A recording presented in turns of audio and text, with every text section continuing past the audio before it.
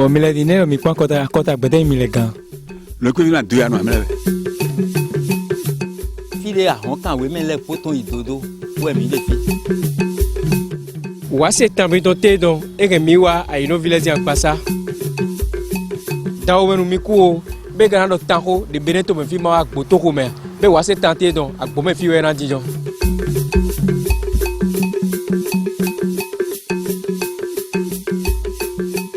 A commando, mon Rome, Beminawa, la date de Mona Goma, quand Fosena, Dada pour les Gigla, à la Dakolu, Mika Fobidose, Tamito Conwa.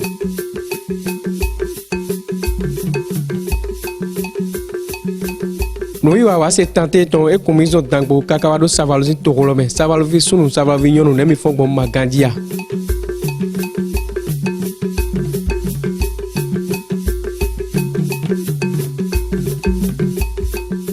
Boy, quand on remet à Bangba, ou nous y avons assez tenté ton et plan miwa dijon.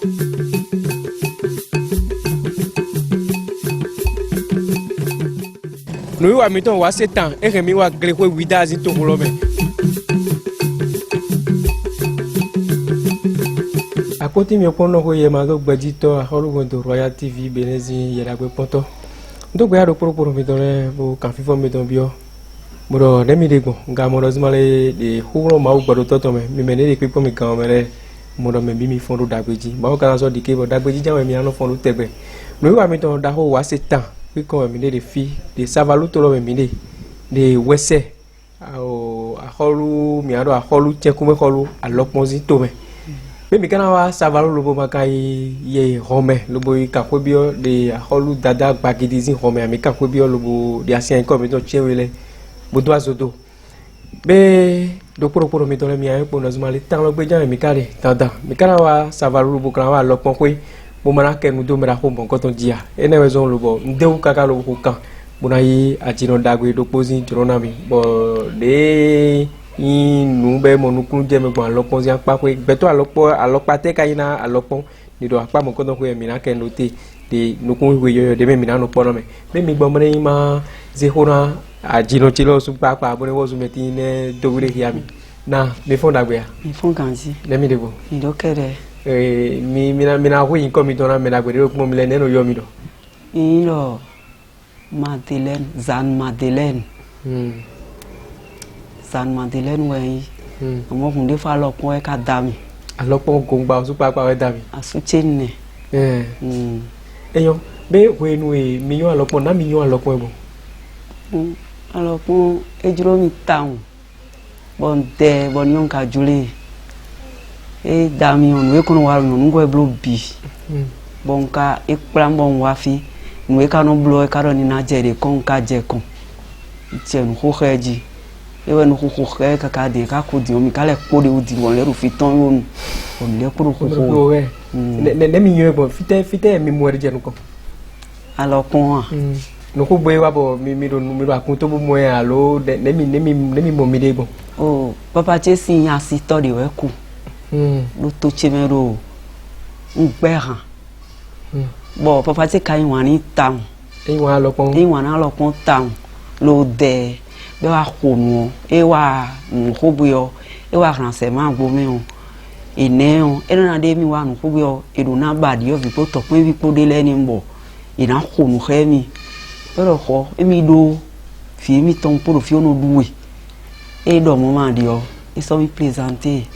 alopon ni alopon odion mi khatore mi ka supo mi na ye nemu sun na yi atomu die mi khonu kaka mi lo no ho yo e wa do ho mi e do ho mi o nka yigbe ni e ro nteje mi tonji nka yigbe ni mo da se kale yigbe o ro ho de bukun lo flen o ni pe ko mi ka nka ro no ho he kaka no ikuru wa mi ngo e blo bi ne mi na ko na pa ni ko e ma di do da mi do eze mi le bo ze na su di alo mi o so ejuro te mi mo we ton lo be juro mi de yin asino so bo no don te mi tonji mo ho rasino ewe zumo to jecheji nwe kanu do boto no se ono keo ewe jeji mi bon ka ro yo nton bere sino e ka ro ni ko yin wa ni emi o ni nwe ni emi ka kono blo ni wa na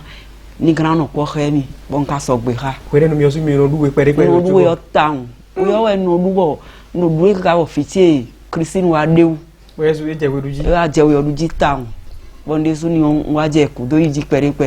me kala po yo ho e choga cho gboru ko so izo maka glo ne mi agboro mi pe pere do ya le yan si yo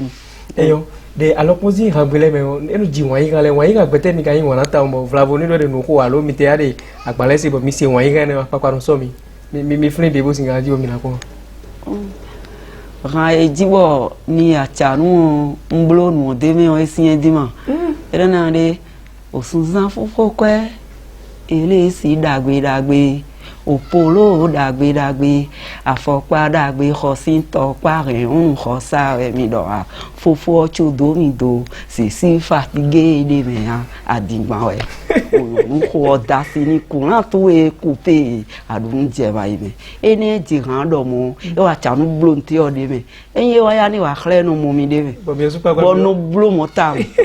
bo de wa bo no blo mo na tera mi ku je do gbede do aleji wore nu ya lopo ka mo mi mo je pe mi to me wore nu bo juro ta mi asi ne bi e ko to me wore nu asi o ton erufi asi aton ko to me o mi le mi wa jeji beblo ni wa jeji asi o ton wegbonu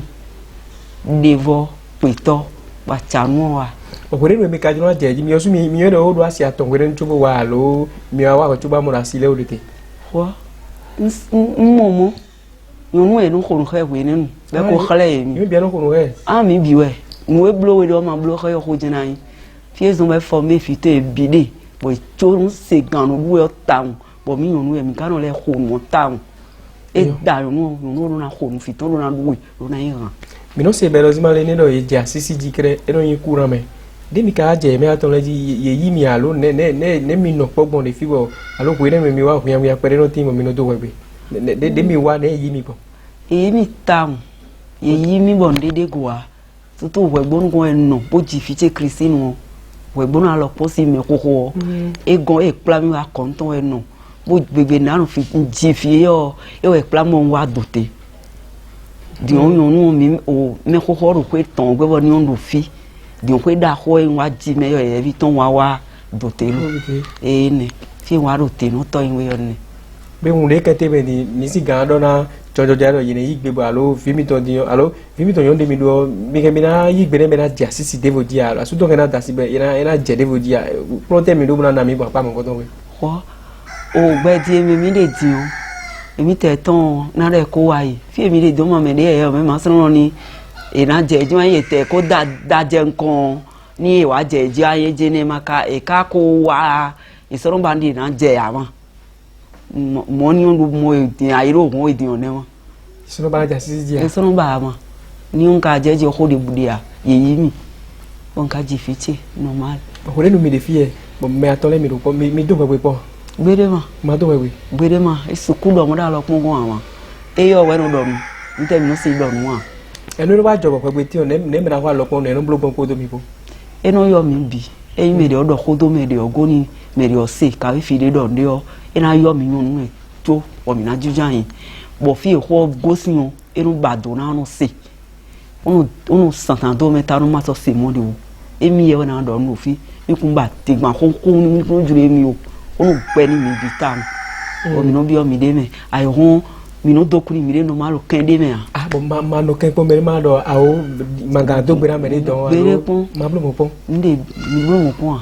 wona he na kaka dimbo de vo aru kuku to yin with you nde butin mi to ka we po gbere ena chena mi peto yera we poto Royal TV bene dole be mamo alopa de me na ho aloponze mo ya si e tole na lo yiro fite e bazon wono so ajokundo boya vlavo ni do e wa jobe do gbegbe me na kono tekon lo bono yiro e si ayin bo fide we kolotro yiro de kenan lo bono mo bono do karoto na kanu bono do dagbe wa to na dagbe wa to e kanu mo kere ni do vivino tine kwento me e asi e tole me ne bi wa dabi alo mi yin go to alo mi le go de so ata me ni foko ni oni we kudoto je o devo gudo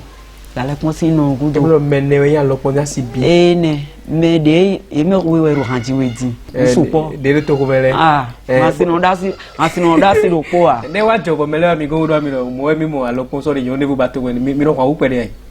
ni no ye ko mo no blo ko me ru prop nyon we no blom bine nyon yo po vi wa ni we no yan bro do sin doji po pa ton me khoto no blom le bi no wa ni no rezan ko no blom be no grandi be no me propre ah ne ne pa yon de bo akwe mi no blom san no wa do me de no blom mo bri wa mo ya we ni mo ni acha no kan no blom mo a bere bo yon de no kwa utele te ko te mi no bra nai o enyo bo yon da kwa wa yon de ro asu ko me ba ka se to ko me no be asu don e de yon de fu ba enyo bo e na kwa u pere ya alo enyo be na kwa wo ko e no kwa ma e no ma di te enyo ai ko e no lo ni no ye ko mi ame no wa ma de no pa ni mi ko na fi bo ni e ye ko mo bo njo san ji o ni te o kun ka wa lo ko be na mi o e we ku ton bon wa mo e we ni so nzan e ka do ino se khe enyo be na kwa wa no ka me mi ne onezi enyo bo yon de asu ko me bo ka se be asu to no nyodo ba yin ena kwa wo do asu lo bo bona fie bo ni no alo vlavu do de leti me no kwa wo kaka bo yeno kwa ko do asu be do po alo no yeno blu dai bo so no blu ba alo yeno be ko asu be do enyo bo yon na blu mo na kwa wo asu ne bi jeno ja mo mi tele mi kan zondi mi sunu mi no zondi ne bi jeno jo mi sunu mi kan zondi betele mi no zo ah do no zo mi no zondi o e mi nyon mi to no khosa bo mi jona ba nyonu hotel marane mi remi na yi o play bona play ton mo blu bo mi ndio kan ko sa bo nde bu pepe mi anu kuni mi wa ko na blu biro ta bu to mi wa mi na dunu mi sun le wono don hia bo nyonu ro ko sa enu abe ogun kwa be mi to me ni no be ite plan bo ren hotel bo me de ko be masia ko de bu ko de ya ko mati ne vlavo me lo te plan hotel ba iwa gba pa na mi alo iwa fino na mi no mo we papa zovori yon de vous platon e do ko gbe yi ah o to gbe ma se ni o ko mi no jatan ma mo ni ma ka se ni ndo tero no ma le wu do mi no ko me a bon kan le je nu pe do ji a e we kan mi a ma kan mi e o era ti ha mi ku je do onu eti me na mi ko re nu e mi da lo pon kaka je din ko re mi blo re ko do me de mi o je pobo no popo ni mi blo ko mi o mi da lo pon le ko mi do ko de nu e ti o we ku be ko no ko mi do gbe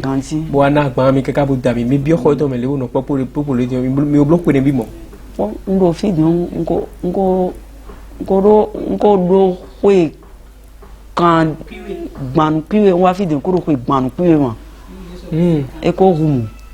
vemi to me ko ne mi lo ni ko gbanu pe ni fitiro ra mu wa fi di on e ko ni demi wa tro mi ya oji vi mo alo mi blu mi no fi pere we chu wa ji vi nko yan lo to chi we ndo agbasa we ndo agbasa amo nko yan lo ton cho o wa jibo e cho le ada gba ho mi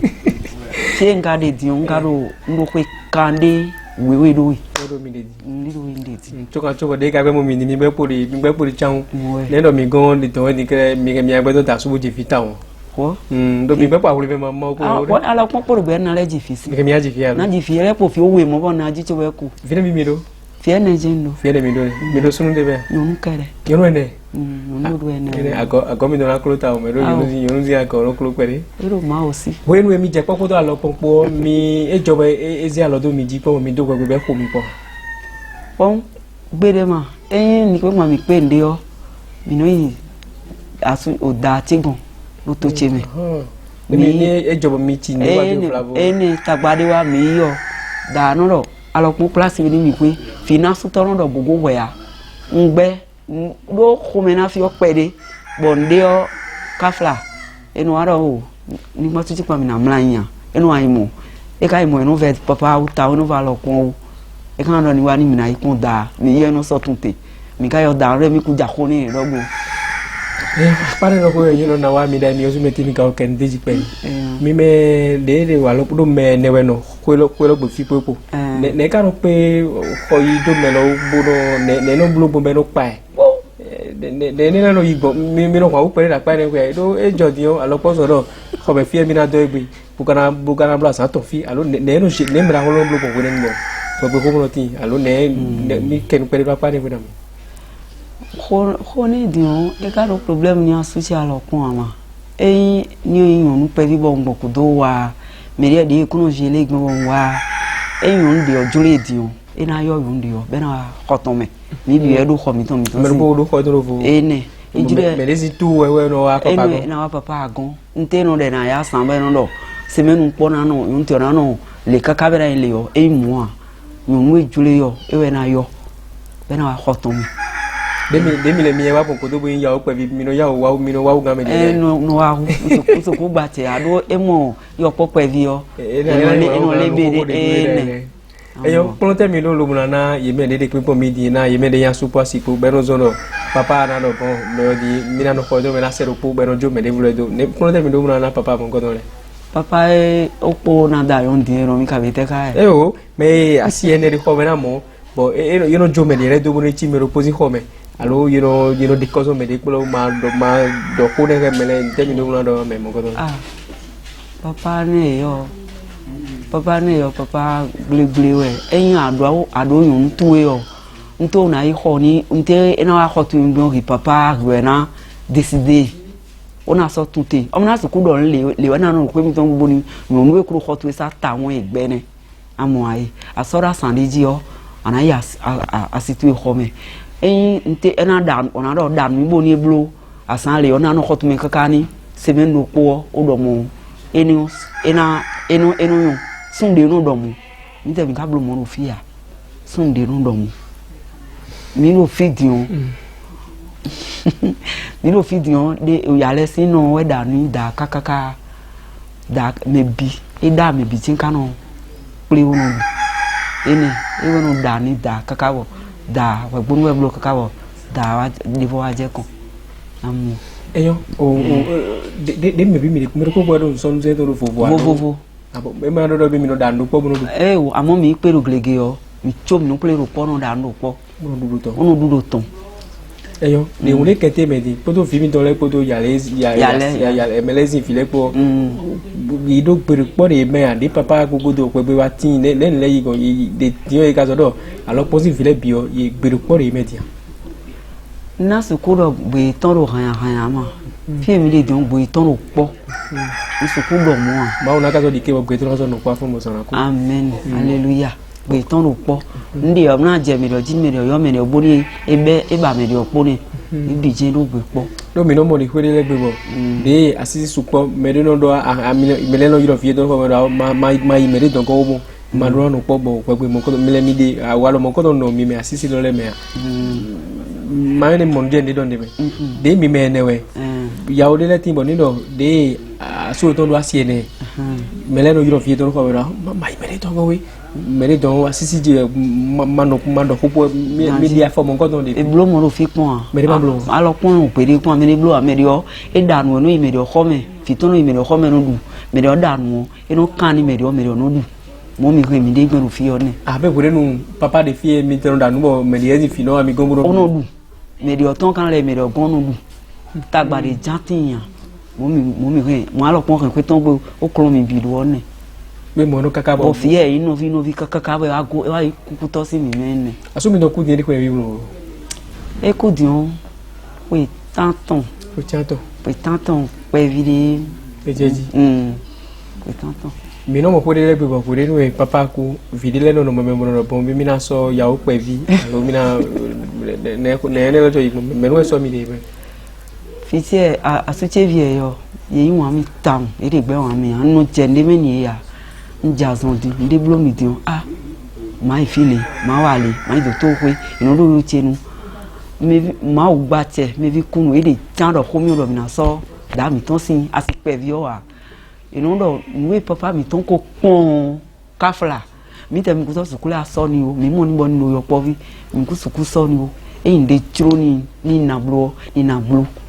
bon ni on ka pon ingbe to gblegbo no ye to ko me no ifuda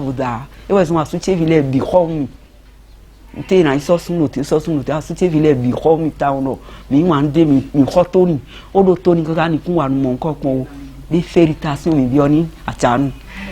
de klon ni tam fi so wa asuche vile wa mi de oni ene en wa da yo wa so me de dion na khale yi be ka je di mo so me de ko so a mau baca, PKK jadi mau sobo dok. Kau sama dia. Mata sebenarnya mau dok, mau kau tu PKK nak hujan tu jadi hujan ni mau. Beda mah. Kau sama dia.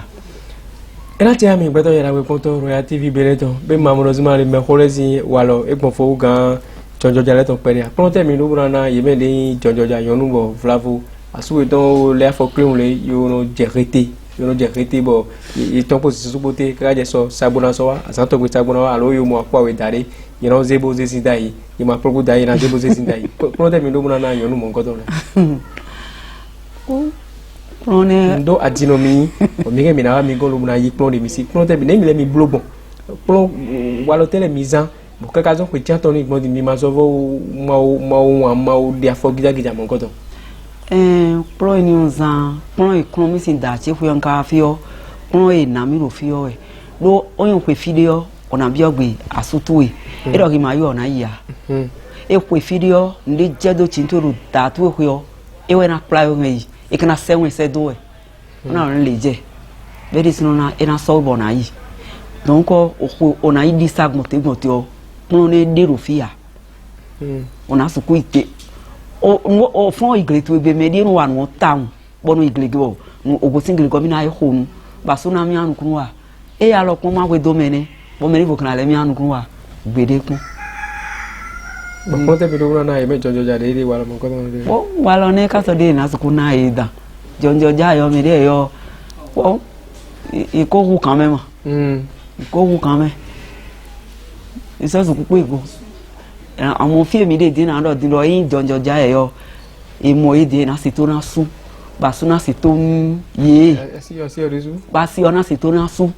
mo na gbo do ni lo nu mo nko rugbe me din one mama na su ko force me lo dandan le rugbe me fidi rugbe me mi ri ohuzu ka ki de sa tun mo ayi ene asote mi o so no wa o glezo no atam glezo mi no wa alo kun no glezo he tam lo ka no khonu khe bode papa ko ka ya de mi gbe po glezo nko de ko bone gulo yi yo ma mi to mi papa ma mi to do mi no mo pore legbe ni do papa do nu pere bo ku go to le gbegbe no be bo no ya le pe asisi pe vi lojo ma no yi pa so wi oyo po bu e yi ta fu mi na pa mo nko ko ya lo yi man le yo mi o yi mi to eta fu mi a nwe ma e maru no mal bon wi ni na yo yi pa fi ti e pa ya kajo da do tele po do kwe ndo kwe bo sun sa fu tegbe de no yi kwe da hose do eyo ndo kwe mi odo support ko bele me dilo mi no honu he papa da ibo chiko wozu ako o vieto de te do me mi so we ponu ko he mi gbero honu he dia mporo ho mi no jira lo mi no duwe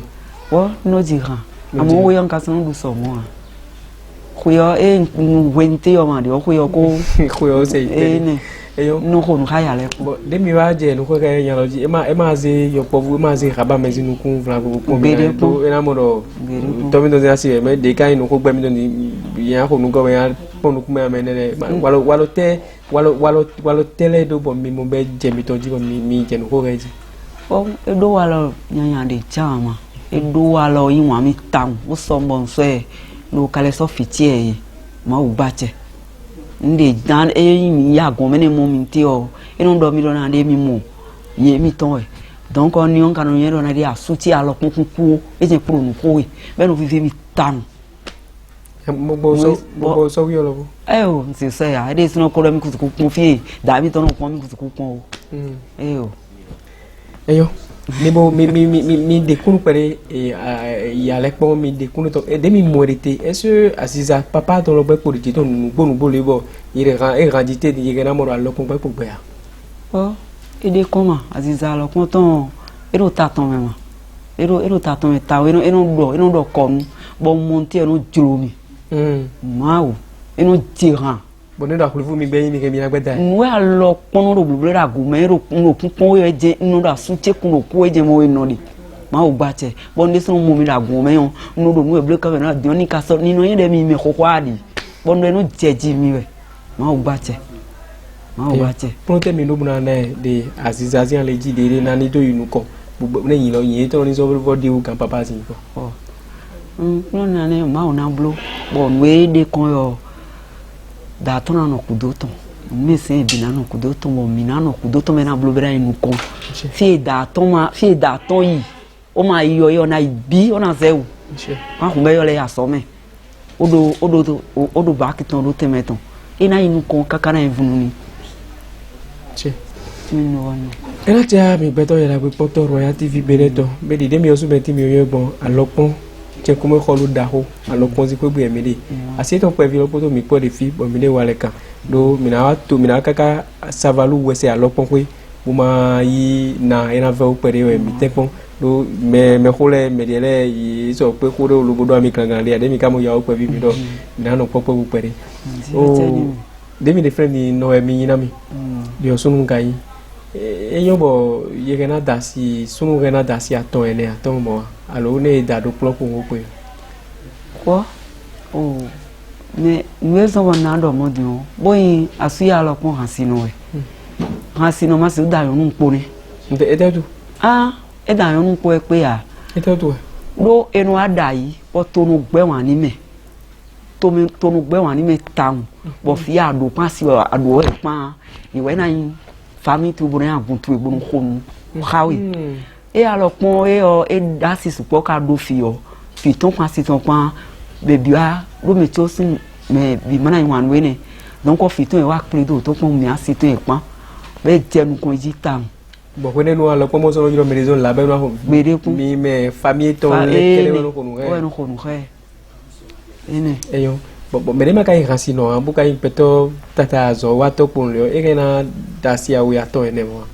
ni problem no support di ma oyin yan so ato o yan so ato ni asitu yan so ato e yo na ikwe bo ho na yi don ko na ro kwe yo mi na mon kun jeji o kana de kuna mon kun jeji o e lo kana de mi na mon kun je tu oji were nu wi no wa me lo don ko file yo ne mi na do bi po bo na toju yi don ko akwe yo no yo sale to e mon kun jeji hun bo egbe wa nyonu e ma aso ato bo na yi de nta me na di da akwe gbe o eni problem ne eni tagbara wa ro gbe do ku pe ko bi mi te mi no yi akwe bo me de kanu yi de a eni no ve nyonu ne o mi te mi bi mi mo do ni mi de donc ko pieje eni tunlo ne ma be e ma nyo ganza ne do suni de asi awe atonda ene de mi gandoro ene era tera mi beto ila we poto Royal TV bereto be no wa mi ton wa sektan te ton e na so ku mo grandra le aka maison mi no wa bo mi na don do pro mi ton mi me de pipo mi kaka je kan mele dete mi lo buna ko na mi me de Royal TV benezi mele mama kaka dambo we me bo mi tron lo bo to afora mi kaka wa wesefi dete mi lo buna ko na mi prote mi ka do buna na mi no wa de combine na do inuko eyo ndo de di ama mi kuda so kaka ma ina yoni mi kaka sawan mi hun kaka odo mi na wa hun mi to an lo kun pe do tegun me we kan lo no ho poto no degisi amo enu do ho no ho kaka me kana kwa lo pon to no ho nko mo ama o asije no ho tegun me poto degisi bo mi nka pe ton we di o yero na de gbeto me jo me iku we kana pe ton we mi wa di o ina yoni mi kaka sa mi so npo we jina no yin ba si mi ton le na se tonu bo fi na se tonu bo mi na mo do na mo gba bo we mi li wa fi oblo ina jedeji mi so npo we jina no yin ba ko na wa ma fo na bo fi che gun mi wa ro fi ya le po mi wa ina se tonu mi ateni mi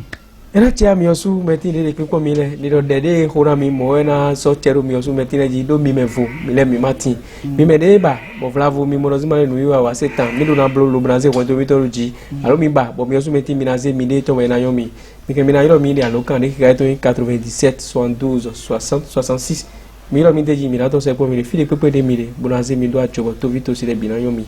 be te to kere era u ga mo o jo mi kana fo nu wa te to mi na don do pataki ye menen savalozi vi bi mlemle dere ajagbedi ayogbeji boya vlavo o alokonzi kunkan le bi mi don do mi me de pipon mi le mi na don do pataki ano isisi jere malti de medagbe bodo o asuwe ton po mera ho mi dogbe na mi mera ho yon fun dogbe ami osu metin se do ton mo dogbe na medagbe zin ren lo bi papata me de ajagbedi ayogbedi chawe afite me bi don do me de yowo to me o me de kaso de beneto me fi don do me bi bodo ami lo zima no wi wa te don e mera ho gamo mi na se bodo fun bo ne je kagbe kre mi na so pe de wa setan de boko te don ne bo chibo